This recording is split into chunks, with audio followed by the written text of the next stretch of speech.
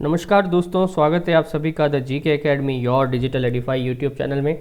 मैं सौरभ भारती आप सभी का हार्दिक स्वागत करता हूं। आशा करता हूं आप सभी ठीक होंगे। दोस्तों, हम इकोनॉमिक्स के लेक्चर कर रहे थे। सिलेबस हमने पकड़ा था आरएस और एसआई का, सिमिलर सिलेबस है। उसी में चलते हुए लास्ट लेक्चर हमने किया था भारत में बैंकिंग का विकास और बैंकों के प्रकार।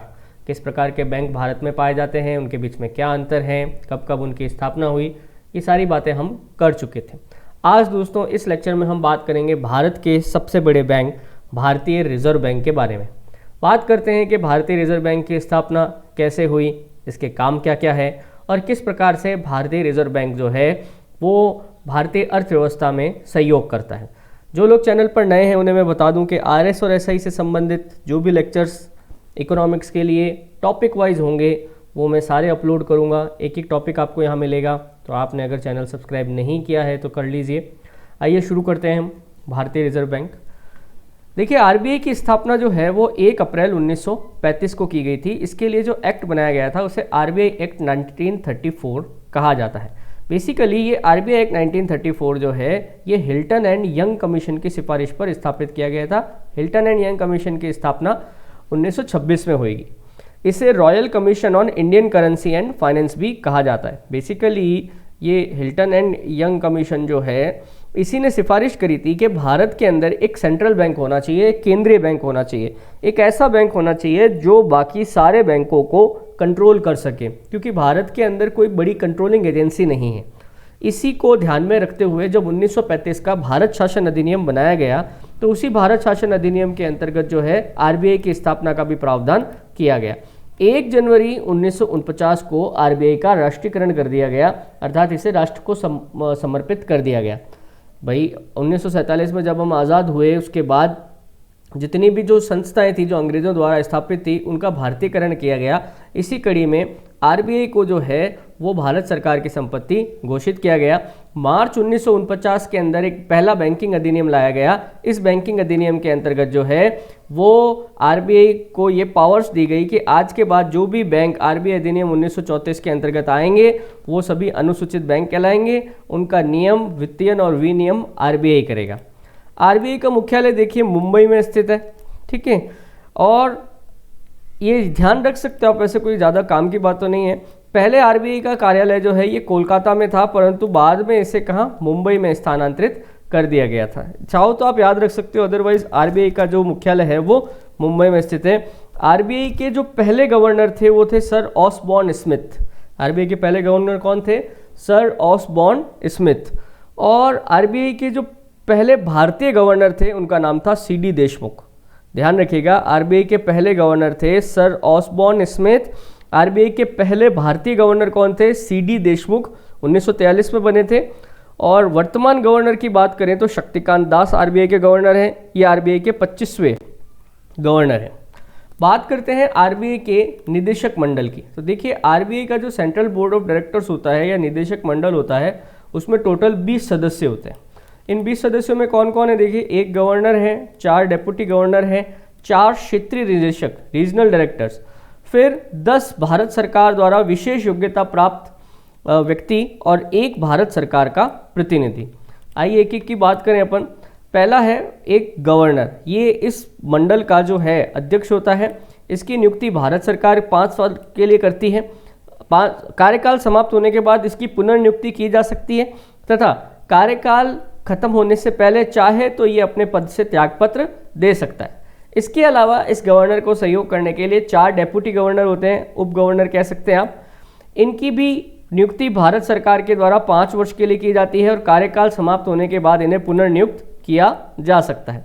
फिर देखिए, आरबीआई जो है इसका कार्य क्षेत्र जो है वो पूरे भारत के अंदर 4 जोन्स में बटा हुआ है, 4 क्षेत्रों में बटा हुआ है, नॉर्थ, साउथ, ईस्ट, वेस्ट, है ना। तो हर जोन का अपना एक निदेशक होता है, एक डायरेक्टर होता है, उनका अपना लोकल बोर्ड होता है। उस लोकल बोर्ड में से एक एक सदस्य को लेकर केंद्र सरकार उसे नॉमिनेट करती है, ये अपने क्षेत्र का प्रतिनिधित्व करता है। तो नॉर्थ, साउथ, ईस्ट, वेस्ट से एक एक जो लोकल बोर्ड से व्यक्ति आता है उसे हम लोकल निदेशक या लोकल बोर्ड डायरेक्टर कहते हैं। इसके अलावा देखिए, भारत सरकार क्या करती है, 4 वर्षों के लिए भारत के ऐसे विशेष योग्यता प्राप्त व्यक्तियों को नियुक्त करती है जो अपने अपने फील्ड के महारथी होते हैं। जैसे कोई इकोनॉमिक्स एक्सपर्ट है, कोई गरीबी के आंकड़ों का या फिर स्टैटिक्स का, ठीक है, कोई अंतर्राष्ट्रीय संबंधों का, कोई मॉनेटरी पॉलिसी का। इस प्रकार के जो अपने अपने फील्ड के एक्सपर्ट लोग हैं उनको भी इस पैनल में शामिल किया जाता है। और एक व्यक्ति जो है जो कि भारत सरकार का प्रतिनिधित्व करता है उसे भी इस बोर्ड में शामिल करते हैं। इसकी भी नियुक्ति भारत सरकार ही करती है। कोई भी जनरली तो भारतीय शासकीय परंपरा के अनुसार जो सिविल सेवा का अधिकारी है, आप समझ गए होंगे ना, यूपीएससी सिविल सेवा का जो अधिकारी उस पर नियुक्त किया जा सकता है, परंतु परंपरा ये रही है कि जो भी भारत सरकार का वित्त सचिव होता है, फाइनेंस सेक्रेटरी होता है, उसी को जो है इस पद के ऊपर लगाया जाता है। जनरली क्या करता है कि ये भारत सरकार की मुख्य जो भी बातें हैं, भारत सरकार की जो डिमांड है या जो बातें हैं आरबीआई की, उनके बीच में मध्यस्थता का काम करता है। आरबीआई और सरकार के बीच के मध्यस्थता का काम ये वित्त सचिव ही करता है। गवर्नर और डिप्टी गवर्नर जो हैं ये संवैधानिक पद हैं। इनके भत्ते जो हैं ये केंद्रीय निदेशक मंडल, केंद्र सरकार द्वारा जो है वो पारित होते हैं। फिर देखिए अभी जो मैंने बात करी थी आरबीआई का क्षेत्रीय विभाजन, देखो आरबीआई को 4 क्षेत्रों में, जोन्स में बांटा गया है। पहला है पूर्वी क्षेत्र ईस्ट, इसका मुख्यालय कहाँ है? कोलकाता में। और पूरा की पूरा नॉर्थ ईस्ट आप देख लीजिए इसमें शामिल है। उसके अलावा पश्चिम बंगाल, बिहार, उड़ीसा और अंडमान निकोबार द्वीप समूह तथा सिक्किम। तो बेसिकली नॉर्थ ईस्ट प्लस पश्चिम बंगाल, बिहार और सिक्किम और एक अंडमान निकोबार द्वीप समूह आपके किस में आते हैं? ईस्टर्न जोन में आते हैं। पश्चिम क्षेत्र की अगर आप बात करेंगे तो इसका मुख्यालय आपको कहाँ मिलेगा? इसका मुख्यालय आपको मिलेगा मुंबई में। तो गुजरात, मध्य प्रदेश, महाराष्ट्र, गोवा, दमन दीव ये सब किस में आएंगे? पश्चिम क्षेत्र में आएंगे। नॉर्थ जोन की बात करो आप, उत्तरी क्षेत्र की, तो इसका मुख्यालय किधर है? दिल्ली में। इसमें जम्मू कश्मीर, पंजाब, हरियाणा, हिमाचल प्रदेश, राजस्थान, उत्तर प्रदेश, चंडीगढ़ एवं दिल्ली, ये सब आरबीआई के किस में? नॉर्थ जोन में आते हैं। दक्षिण का मुख्यालय जो है वो है चेन्नई के अंदर। और आंध्र प्रदेश, कर्नाटक, तमिलनाडु, केरल, पौंडीचेरी, लक्षद्वीप इसके अंदर आते हैं। ये मैंने लिखा नहीं, आप यहाँ ध्यान रखना। दक्षिण का मुख्यालय जो है वो कहाँ पर है? चेन्नई में है। भाई 4 महानगर है ना अपने भारत के 4 दिशाओं में, वो चारों में आरबीआई के जो हैं आपको जोनल हेडक्वार्टर्स मिलेंगे, या आप उसको कह सकते हैं क्षेत्रीय कार्यालय, वो मिलेंगे आपको। हर निदेशक मंडल में जो है ये 4-4 निदेशक होते हैं। अर्थशास्त्र, सहकारिता, बैंकिंग, इनसे संबंधित इनकी जानकारियां होती है। इसमें से एक लोकल बोर्ड में से एक व्यक्ति जो है वो अपने अपने बोर्ड का प्रतिनिधित्व करने के लिए आरबीआई का जो सेंट्रल बोर्ड है उसके अंदर जाता है, जो भी अपन पीछे बात कर चुके हैं। तो आप ध्यान रखना, आरबीआई का वैसे तो मुख्यालय कहाँ है? मुंबई में। पर अगर आपसे पूछा जाए आरबीआई का क्षेत्रीय मुख्यालय कहाँ है? क्षेत्रीय मतलब नॉर्थ, साउथ, ईस्ट, वेस्ट, तो ये आपके सामने लिखे हुए हैं। आसान है, भारत के 4 महानगरों को याद रखिए, हो जाएगा। फिर देखिए आरबीआई के कार्य क्या क्या है। आरबीआई का देखिए सबसे पहला और सबसे महत्वपूर्ण कार्य है नोट जारी करना। देखो आरबीआई जो है वो 2 रुपये और उससे अधिक मूल्य के नोट जारी करता है। 2 रुपये और उससे अधिक मूल्य के नोट जारी करता है। जैसे कि आरबीआई जो है ये 2, 5, 10, 20, 50, 100, 200, 500, 2000 जो नोट अभी अपने प्रचलन में है उनको छापना और उनको वितरित करना, इसका काम किसके पास है? आरबीआई के पास है। तो अब देखो 2 से छोटा नोट कौन सा रह गया? 1 रुपये का। तो 1 रुपये का जो नोट है ये भारत सरकार की संपत्ति है। 1 रुपये का नोट भारत सरकार निकालती है। इसके ऊपर वित्त सचिव के हस्ताक्षर होते हैं। 1 रुपये के नोट पे किसके हस्ताक्षर होते हैं? वित्त सचिव के। जबकि आप ये वाले जो नोट देख रहे हैं 2, 5, 10, 50 जो भी हैं, इनके ऊपर आरबीआई के गवर्नर के हस्ताक्षर होते हैं। बेसिकली क्या होता है कि ये एक तरीके से सिंबॉलिकली है, सांकेतिक रूप से ये दिखाता है कि भाई आरबीआई के पास करेंसी के ऊपर पूरी ऑटोनॉमी नहीं है। मतलब आरबीआई होल एंड सोल इस करेंसी के ऊपर अधिकार रखने वाला नहीं है। भारत सरकार का भी इसके अंदर जो है हिस्सेदारी है। तो इसी को दिखाने के लिए कि भारत सरकार भी इसके अंदर एक पार्टनर है, 1 रुपये का नोट अभी भी भारत सरकार के पोजीशन में रखा गया है। इसे वित्त मंत्रालय ही जारी करता है। वित्त मंत्रालय की तरफ से जो वित्त सचिव होता है उसके हस्ताक्षर होते हैं 1 रुपये के नोट पर। हालांकि इसको वितरित करने का काम, मतलब डिस्ट्रीब्यूट करने का काम अगेन कौन करता है? आरबीआई ही करता है। तो देखिए ये बात मेरे ख्याल से आपको समझ आई होगी कि 2 रुपये और उससे अधिक मूल्य के नोट छापना और उनको वितरित करना कौन करता है? आरबीआई करता है। उस पर किसके हस्ताक्षर होते हैं? आरबीआई गवर्नर के हस्ताक्षर होते हैं। जस्ट थोड़ा सा ये ध्यान रखिएगा, 1 रुपये का नोट भारत सरकार की संपत्ति है जिसके ऊपर वित्त सचिव के हस्ताक्षर होते हैं। और उनको वितरित करने का काम कौन करता है? आरबीआई करता है। अब देखो, नोट जारी करने के लिए या नोटों को छापने के लिए आरबीआई जो है मिनिमम रिजर्व सिस्टम, न्यूनतम रिजर्व प्रणाली का प्रयोग करता है। इसके तहत क्या करता है आरबीआई जो है, कम से कम 200 करोड़ रुपए का रिजर्व एनी टाइम अपने पास रखता है। इसका मतलब क्या है, आपको थोड़ा समझो, थोड़ा बैकग्राउंड में जाना पड़ेगा। बेसिकली आप देखो, हम सांकेतिक मुद्रा का प्रयोग करते हैं। मतलब क्या हुआ, आप देखो हमारे पास जो करेंसी है, पेपर करेंसी है। आप 2000 रुपये का एक नोट लेके देखो उसको, 2000 रुपये का नोट कुछ भी कर लो, कितना भी कर लो, बट अल्टीमेटली तो एक कागज़ का टुकड़ा ही है ना। अगर जैसे नोटबंदी हुई, प्रधानमंत्री ने आकर कह दिया कि कल से 500 हज़ार के नोट बंद है, तो आपके पास भले कितनी पेपर करेंसी थी वो वर्थलेस हो गई, कोई उसका इंपॉर्टेंस नहीं था। बस यही यहाँ पर भी यही होता है कि अगर आरबीआई बिना किसी रिजर्व के, बिना किसी बैकअप के इन कागज के नोटों को छापना शुरू कर दे तो उनकी वैल्यू ही खत्म हो जाएगी। तो आरबीआई क्या करता है, 1957 में इन्होंने एक पॉलिसी बनाई कि सबसे पहले तो एनी टाइम आरबीआई के पास 200 करोड़ रुपए का रिजर्व होना चाहिए, और ये रिजर्व 115 करोड़ के ठोस सोने के रूप में और 85 करोड़ की हार्ड करेंसी के रूप में होगा। यहाँ पे हार्ड करेंसी से मेरा मतलब है डॉलर, पौंड, दिनार वगैरह, मतलब ऐसी मुद्राएं जो हमेशा रुपए के मुकाबले मजबूती पर बनी रहती है, रुपए के मुकाबले उनका मूल्य हमेशा ज़्यादा ही होता है। ठीक है, तो क्या होता है कि आरबीआई जब कभी भी कितने के नोट छापने की कोशिश करता है तो हमेशा उसका एक निश्चित अनुपात जो है ठोस सोने और विदेशी मुद्रा के रूप में अपने पास हमेशा जमा करता है। बिना आरबीआई इस रिजर्व को रखे हुए नोट नहीं छाप सकता है। ठीक है, तो आरबीआई नोट छापने के लिए कम से कम कितना का रिजर्व एनी टाइम अपने पास रखता है? 200 करोड़ रुपए का रिजर्व रखता है। इसमें से 115 करोड़ रुपए का क्या? ठोस सोना, और बाकी की क्या? विदेशी मुद्रा या कठोर मुद्रा भी कह सकते हो आप, वो होनी चाहिए। फिर देखिए, 200 करोड़ रुपए का जब इसके पास एक रिजर्व हो जाता है एनी टाइम, तो रिजर्व बैंक जरूरत के हिसाब से कितनी भी मुद्रा को छाप सकता है। हालांकि ये आरबीआई का इंटरनल डिसीजन नहीं है, ये आरबीआई गवर्नर का डिसीजन नहीं होता है नोट छापने का। बाकायदा भारत सरकार जो है आरबीआई को निर्देशित करती है कि आप नोट छापिए। ऐसा नहीं है कि एक दिन गवर्नर नींद में से उठा और कि आज भी मैं नोट छाप देता हूँ, नहीं। बाकायदा भारत सरकार जो है उसको डायरेक्ट करती है कि हमें इतने करोड़ के नोट चाहिए, आप छापिए। फिर देखिए, रिजर्व बैंक जो है हर साल इस बात का अनुमान लगाता है कि अर्थव्यवस्था को कितने नोटों की ज़रूरत है। मतलब ये रिजर्व बैंक का काम है कि वो ये बात का पता लगाता है कि अर्थव्यवस्था में कितनी लिक्विडिटी चाहिए होगी। देखो, जब मैं लिक्विडिटी शब्द का प्रयोग करूँ, तरलता शब्द का प्रयोग करूँ, तो इसका मतलब है करेंसी से, यानी कि हमारे नोटों से। तो आरबीआई हमेशा इस बात के लिए लागू रहता है कि अर्थव्यवस्था पे नज़र रखता है कि अर्थव्यवस्था में अब कितने नोट चाहिए, कम है, ज़्यादा है। ये दोनों परिस्थितियों में आरबीआई जो है वो सरकार को अवगत कराता है। इसी के आधार पर जो सरकार है वो आरबीआई को नोट छापने की अनुमति देती है। सरकार अंतिम निर्णय लेने से पहले हालांकि भारतीय रिजर्व बैंक के वरिष्ठ स्टाफ से सलाह लेती है। वो जो अपना बोर्ड था 20 लोगों का, उससे सलाह तो लेती है, परंतु अंतिम फैसला जो है वो भारत सरकार का ही होता है, आरबीआई गवर्नर का नहीं होता है। एक और बात आप देखो, आपने 1, 2, 5, 10, 20, 50, 200, 2000 इनके नोट देखे होंगे। आरबीआई बड़े से बड़ा नोट कितना छाप सकता है? तो आरबीआई बड़े से बड़ा 10,000 रुपये का नोट छाप सकता है। अगर 10,000 से भी बड़ा नोट आरबीआई को छापना है तो उसको सरकार से पूछना पड़ेगा, और सरकार को इसकी अनुमति देने के लिए भारतीय रिजर्व बैंक अधिनियम में संशोधन करना पड़ेगा। मतलब आप समझ लीजिए कि जब तक सरकार कोई आगे कोई कानून नहीं बनाती तब तक अपने पास मैक्सिमम बड़े से बड़ा नोट आरबीआई छाप के कौन सा वितरित कर सकता है? 10,000 रुपये का।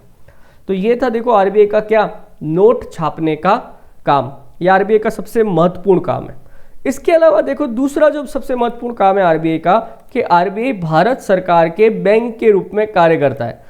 आरबीआई क्या करता है, जैसे आपका, मेरा, सबका कहीं ना कहीं किसी न किसी बैंक में खाता होगा, तो वो बैंक जो है हमारा बैंकर है। मतलब हम वहाँ पे पैसे जमा कराते हैं, समय पड़ने पर हम वहाँ से पैसा निकाल लेते हैं, ज़रूरत पड़ने पर वो बैंक हमको और तरह तरह की सुविधाएं देता है। ऐसे ही भारत सरकार को, प्लस जो ये जितने भी राज्य हैं हमारे, उनकी सरकार को बैंकिंग की सुविधा जो प्रदान करता है, मतलब पैसे जमा कराना, विड्रॉ करना, ब्याज देना, ऋण देना, ये सब काम कौन करता है? आरबीआई करता है। तो आप देखो, भारतीय रिजर्व बैंक का दूसरा महत्वपूर्ण कार्य भारत सरकार और राज्यों के बैंक एजेंट और सलाहकार के रूप में कार्य करना है। ये राज्य और केंद्र सरकार के सभी बैंकिंग कार्य करता है। आर्थिक और मौद्रिक नीति से संबंधित मामलों पर भी सरकार को उपयोगी सलाह देता है। यह सरकार के सार्वजनिक ऋण का भी प्रबंधन करता है। बेसिकली कई बार क्या होता है कि सरकार जो है, उनके पास जब फंड की कमी हो जाती है तो बाजार से ऋण उठाया जाता है। तो बाजार से ऋण उठाने के अंदर में भी सरकार जो है सरकार की मदद कौन करता है? आरबीआई करता है। जैसे आप ऐसा समझो, आपको जिस किसी भी पैसे पे सरकार ब्याज दे रही है ना, वो सब सार्वजनिक ऋण है। आप पीपीएफ पे पैसा कटाते हो, आरडी कराते हो, एफडी कराते हो, जीपीएफ है, कुछ भी है, इन सभी पे आप देखो तो सरकार आपको कहती है अभी हमको दे दो, हम बाद में तुमको ब्याज के साथ वापस लौटा देंगे। तो ये एक तरीके से डेब्ट है, ऋण है। ऐसा कोई भी पैसा जिसके ऊपर आपको ब्याज का भुगतान होता है ना, वो सब ऋण है। ठीक है, तो अगर कभी सरकार को ऋण भी चाहिए तो उसका प्रबंध कौन करवाता है? उसका प्रबंध आरबीआई कराता है। फिर देखो, आरबीआई जो है ये जितने भी अनुसूचित वाणिज्यिक बैंक है उनके बैंक के रूप में कार्य करता है। आरबीआई बैंकों का बैंक है, मतलब कोई भी अनुसूचित बैंक और अनुसूचित वाणिज्यिक बैंक को किसी भी प्रकार की ज़रूरत होगी, वो किसी मजबूरी में फंस जाएगा, उसके पास फाइनेंस की दिक्कत होगी, तो वो किसके पास भागेगा? वो आरबीआई के पास भागेगा। तो आरबीआई जो है देश के सभी वाणिज्यिक बैंकों को पैसा उधार देता है। तो आरबीआई भारत सरकार के बैंक के रूप में भी कार्य करता है, प्लस भारत में जितने भी अदर बैंक है उनके बैंक के रूप में वो कार्य करता है। फिर देखिए, आरबीआई जो है वो विदेशी मुद्रा भंडार का संरक्षण करता है। इसका मतलब देखिए क्या है, भारत में देखिए लगातार जो है आयात और निर्यात से विदेशी मुद्रा का सृजन किया जाता है, और इस विदेशी मुद्रा को भंडारण करने का काम किसका है? आरबीआई का है। भाई, विदेशी मुद्रा आपकी और मेरे पास तो है नहीं, है ना, पर विदेशी मुद्रा की जरूरत हमको यूं के यूं है। क्यों? क्योंकि जब भी हम आयात करेंगे किसी वस्तु का तो हमें तो उसका भुगतान जो है विदेशी मुद्रा में ही करना पड़ेगा ना। तो ऐसी स्थिति में आरबीआई जो है इस बात को रखता है कि उनके पास विदेशी मुद्रा का एक पर्याप्त स्टॉक रहे, पर्याप्त भंडार रहे। विदेश विनिमय बाजार में जब भी विदेशी मुद्रा की आपूर्ति कम हो जाती है तो भारतीय रिजर्व बैंक जो है इस बाजार में विदेशी मुद्रा को बेचता है, जिससे आपूर्ति बढ़ाई जा सके। ठीक है, इसमें कोई वो बात नहीं है। बेसिकली क्या है, आरबीआई वैसे ही काम करता है जैसे कि बाजार के अंदर डिमांड एंड सप्लाई चलती है। अगर बाजार के अंदर डिमांड ज़्यादा है और वो विदेशी मुद्रा उस मात्रा में नहीं है, लगातार रुपया टूट रहा है, तो आरबीआई जो है इसको रिलीज करता है विदेशी मुद्रा भंडार को। और ऐसी स्थिति में जब विदेशी मुद्रा की लिक्विडिटी बहुत ज़्यादा है बाजार में, तो आरबीआई उसको खरीद के अपने पास रख लेता है। वर्तमान में आप देखिए तो भारत का जो विदेशी मुद्रा भंडार जो है 474.66 बिलियन अमेरिकी डॉलर है। ये 3 अप्रैल 2020 तक का आंकड़ा है। बेसिकली अगर आप देखें तो जिस देश में विदेशी मुद्रा भंडार जितना अधिक होगा उस देश की अर्थव्यवस्था उतनी ज़्यादा मजबूत होगी। ठीक है, आगे कभी हम जब विदेशी व्यापार का एक चैप्टर करेंगे तब मैं आपको बताऊंगा कि विदेशी मुद्रा जो है हमारे लिए किस प्रकार से काम की। अन्य कार्य देखिए, और भी कई सारे काम हैं, जैसे नाबार्ड की स्थापना। पिछले लेक्चर में मैंने आपको नाबार्ड के बारे में बताया था कि कृषि और ग्रामीण विकास से संबंधित जो भी कार्य हैं वो कौन करता है? वो नाबार्ड करता है, national bank of agriculture and rural development. But NABARD को जो फाइनेंस करता है, नाबार्ड के पीछे जो है वो कौन है? आरबीआई है। नाबार्ड को फाइनेंस कौन करता है? आरबीआई करता है। साथ ही साथ ये गवर्नमेंट सिक्योरिटीज़ जो होती हैं उनको खरीदना, व्यापारिक बिलों की खरीद फरोख्त करना, सरकारी खरीद के लिए ऋण देना, खूब सारे काम जो है ये सरकार के एसेट्स जो होते हैं, अगर सरकार को ऋण चाहिए उसको बेचना, उससे अगर किसी प्रकार की आमदनी हो रही है तो उसका प्रॉफिट सरकार को देना, ये सब कौन करता है? आरबीआई करता है। साथ ही साथ देखिए, आरबीआई जो है ये अंतर्राष्ट्रीय मुद्रा कोष में भारत सरकार के प्रतिनिधि के रूप में भी काम करता है। आईएमएफ आप समझ ही गए होंगे, वर्ल्ड बैंक और आईएमएफ जो है भारत उन दोनों का ही सदस्य है। तो वहाँ पर भी भारत देश का अगर प्रतिनिधित्व करना है तो वो प्रतिनिधित्व कौन करता है? वो आरबीआई करता है। फिर देखिए, क्रेडिट का नियंत्रण, साख। क्रेडिट का मतलब होता है साख। देखो, हर बैंक क्या होता है, अपनी साख बनाती है। कैसे बनाती है? जैसे बैंक के अंदर देखो कई सारे लोग अपना पैसा जमा करवाते हैं, सब एक साथ तो निकालते नहीं है और एक बार में भी नहीं निकालते। तो बैंक क्या करता है कि ये जितनी जो टोटल जमा है लोगों की, इसका एक निश्चित अनुपात तो अपने पास सुरक्षित रख लेता है और बाकी का जो पैसा है उसको बाजार के अंदर लोन के रूप में दे देता है, ऋण के रूप में दूसरे लोगों को दे देता है। भाई, वसूला तो आप लोगों से था और आप में से ही कुछ लोगों को वो बैंक जो है car loan, house loan, education loan, ऐसा करके वो ऋण बांट देता है, बदले में ब्याज लेगा। तो क्या होता है कि आपका ही पैसा आरबीआई ने बाजार में वापस दे दिया और बदले में उस पर क्या वसूला, ब्याज वसूला। फिर जब आप पैसा निकालना है तो थोड़ा बहुत ब्याज आपको दे के आपका पैसा वापस दे दिया, और ज़रूरी नहीं है हर बार आपको ब्याज मिले ही मिले, ठीक है, या ब्याज का उतना परसेंटेज हो। तो ऐसी स्थिति में क्या होता है, आरबीआई आपके पैसे को ही बाजार में उधार देके उस ब्याज से प्रॉफिट कमाता है, और ये जो पैसे से पैसा बनता है ना, इसी को बोलते हैं क्रेडिट या साख। तो भारत में या कहीं पर भी जो ये बैंक है, ये क्रेडिट जनरेशन का भी काम करते हैं, साख का सृजन करते हैं। आरबीआई का ये काम है कि ये क्रेडिट जो है इसको नियंत्रित रखा जाए, बैंक इतने आउट ऑफ कंट्रोल नहीं हो जाए कि वो सिर्फ एक लाभ कमाने की मशीन बन जाए। और अगर ऐसा होता भी रहा, अगर ये बैंक जो है लगातार इस प्रकार से क्रेडिट का जनरेशन करते रहे, लगातार ऐसे प्रॉफिट कमाते रहे और भारी मात्रा में कमाते रहे, तो बाजार में लिक्विडिटी का भी असंतुलन हो जाएगा। बाजार में तरलता जितनी ज़्यादा बढ़ेगी उतना ज़्यादा अर्थव्यवस्था में महंगाई होने का खतरा है। तो आरबीआई का ये काम है कि ये क्रेडिट को नियंत्रित रखे। अब इस क्रेडिट को नियंत्रित करने के लिए आरबीआई या तो गुणात्मक तरीके अपनाता है या परिमाणात्मक या मात्रात्मक, जिसको आप कहते हैं ना, वो तरीके अपनाता है। जैसे गुणात्मक का मतलब है, आपने देखा होगा, आरबीआई बैंक रेट का प्रयोग करता है, repo rate, reverse repo rate, CRR, SLR, खुले बाजार की क्रियाएं, ये सब क्या है, आरबीआई के क्रेडिट नियंत्रण के तरीके हैं जिसमें वो डायरेक्टली इन्वॉल्व होकर काम करता है। परिमाणात्मक में क्या है, कभी कभी आरबीआई क्या करता है कि ज़्यादा पैसा इन बैंकों से अपने पास रख लेता है, मार्जिन रखता है, क्रेडिट की राशनिंग करता है। जैसे एक बार बीच में हुआ था जब वो नोटबंदी हुई थी कि कोई भी बैंक एक ग्राहक को 4,000 रुपये से ज़्यादा नहीं देगा, सप्ताह में 24,000 से ज़्यादा नहीं देगा। नैतिक दबाव भी कई बार दिया जाता है कि आप अपने बैंक की जो टोटल अर्निंग है, जो नेट लाइबिलिटी है, उसका एक निश्चित अनुपात आप किसानों को लोन देने में खर्च करेंगे। इस प्रकार से आरबीआई कई तरीके से फंडे अपनाता है जिससे क्रेडिट को नियंत्रित रखा जा सके।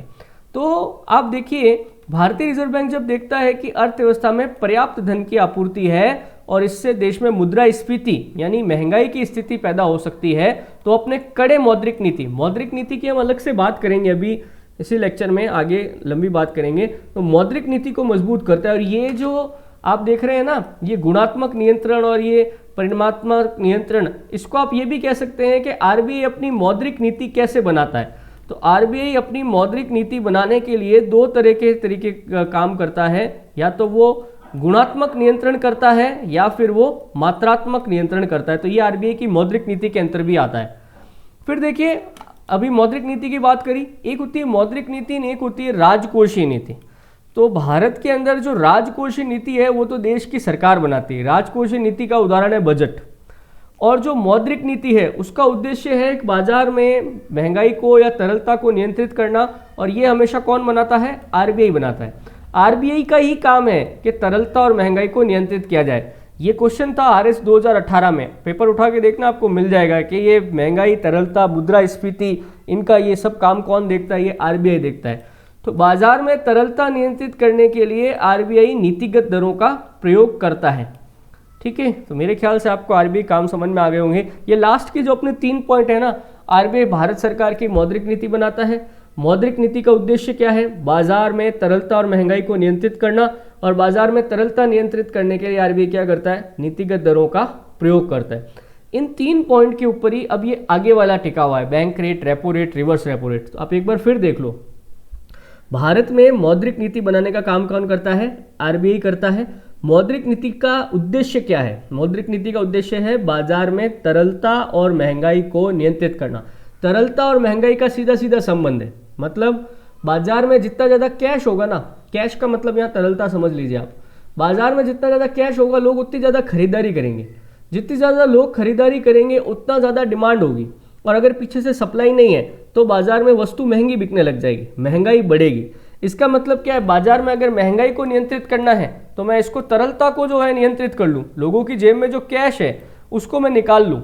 आरबीआई हमेशा यही कोशिश करता है कि लोगों की जेब में जो ये एक्स्ट्रा कैश है इसको सोख लिया जाए, और इसको सोखने के लिए आरबीआई करता है इन नीतिगत दरों का प्रयोग। और यही नीतिगत दरें जो हैं ये कहलाती हैं आपके bank rate, repo rate, reverse repo rate, CRR, SLR. ठीक है, तो दोस्तों ये नीतिगत दरों की बात मैं करूंगा नेक्स्ट लेक्चर में, इसका एक पार्ट 2 भी बनाऊंगा, उसके अंदर अपन बात करेंगे आरबीआई की इन नीतिगत दरों के बारे में। तो अभी तक हमने जो पढ़ा आरबीआई के काम और आरबीआई का जो बैकग्राउंड है, हिस्टोरिकल बैकग्राउंड, उससे संबंधित अगर आपका कोई सवाल है तो आप ज़रूर पूछिए, कमेंट करिए, मैं आपको ज़रूर जवाब दूंगा। Thank you.